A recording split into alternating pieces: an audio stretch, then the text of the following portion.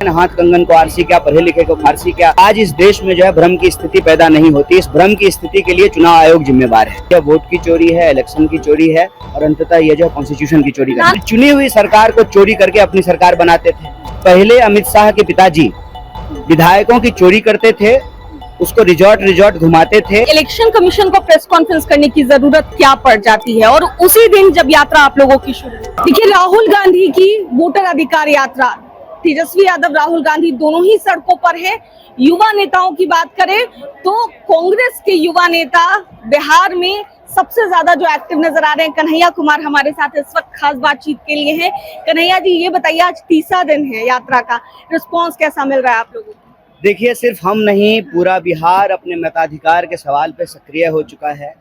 इसकी वजह ये है कि बिहार के लोगों के दिल में लोकतंत्र बसता है। ये लोकतंत्र की जननी है, तो स्वाभाविक रूप से राजनीतिक रूप से सजग होने के चलते बिहार के लोग समझते हैं कि आज लोकतंत्र के साथ क्या किया जा रहा है। आप सबने देखा होगा कि पहले अमित शाह के पिताजी विधायकों की चोरी करते थे, उसको रिजॉर्ट घुमाते थे, फिर चुनी हुई सरकार को चोरी करके अपनी सरकार बनाते थे।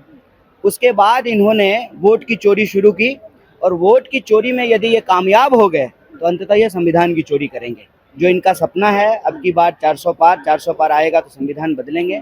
इसलिए बिहार के लोग इस बात को बखूबी समझ रहे हैं और ज़बरदस्त जन समर्थन मिल रहा है। और ये हम नहीं कह रहे हैं, कहते हैं ना, हाथ कंगन को आरसी क्या, पढ़े लिखे को फारसी क्या। आप पूरी यात्रा में देखें, ज्यों-ज्यों यात्रा आगे बढ़ती जा रही है, मोबिलाइजेशन बढ़ता जा रहा है, लोगों का उत्साह बढ़ता जा रहा है। और उसकी वजह यही है कि लोग चाहते हैं कि इस देश का चुनाव आयोग किसी पार्टी के लिए नहीं, देश के लिए काम करे। और चुनाव आयोग का काम सरकार का बचाव करना नहीं है, निष्पक्ष तरीके से चुनाव कराना है। और यह बात बिहार के लोग जब समझते हैं तो उसको सड़कों पे उतर करके अपना जो है समर्थन दे रहे हैं, उसको प्रदर्शित कर रहे हैं। लेकिन इलेक्शन कमीशन को प्रेस कॉन्फ्रेंस करने की जरूरत क्या पड़ जाती है और उसी दिन जब यात्रा आप लोगों की शुरू होती है? इलेक्शन कमीशन को यह प्रेस कॉन्फ्रेंस आज से 6 महीने पहले करना चाहिए था और यही बात कहना चाहिए था कि हाँ, वोटर लिस्ट में गड़बड़ी है। अगर इलेक्शन कमीशन यह बात 6 महीने पहले कहती कि वोटर लिस्ट में गड़बड़ी है तो आज इस देश में जो है भ्रम की स्थिति पैदा नहीं होती। इस भ्रम की स्थिति के लिए चुनाव आयोग जिम्मेवार है। चुनाव आयोग अपने मूल काम को भूल करके वो एक पार्टी का बचाव करने में जुड़ गई है, इसीलिए यह संवैधानिक संकट पैदा हुआ है। हम आज भी कहते हैं, या तो चुनाव आयोग निष्पक्ष तरीके से चुनाव कराए। अगर ज़्यादा राजनीति करने का मन है तो चुनाव कराने के बजाय चुनाव लड़ना शुरू करें। इसके अलावा अगर बात की जाए महिलाओं को लेकर, जिस तरह की बात चुनाव आयोग की ओर से की गई कि महिलाओं की निजता का हनन होगा सीसीटीवी फुटेज जारी करने को लेकर, ये सब बहानेबाजी है। कौन सा जो है किसी के जो है बेडरूम का डेटा मांगा जा रहा है, या तो पोलिंग बूथ का डेटा मांगा जा रहा है ना, ये सब बहानेबाजी है।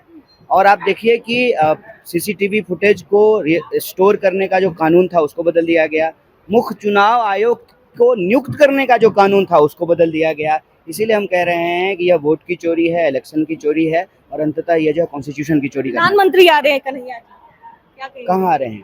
प्रधानमंत्री गया में आ रहे हैं 22 तारीख। अच्छा, मुझे लगा फ्रांस जा रहे हैं, क्योंकि वो देश में कम रहते हैं ना। बहुत बहुत शुक्रिया बातचीत के लिए। तो हमारे साथ कन्हैया कुमार थे, क्या कुछ कहते नजर आए हैं आप सुन रहे थे। अपने सहयोगी पलक के साथ मैं दक्षा प्रिया, दर्श न्यूज, नवादा।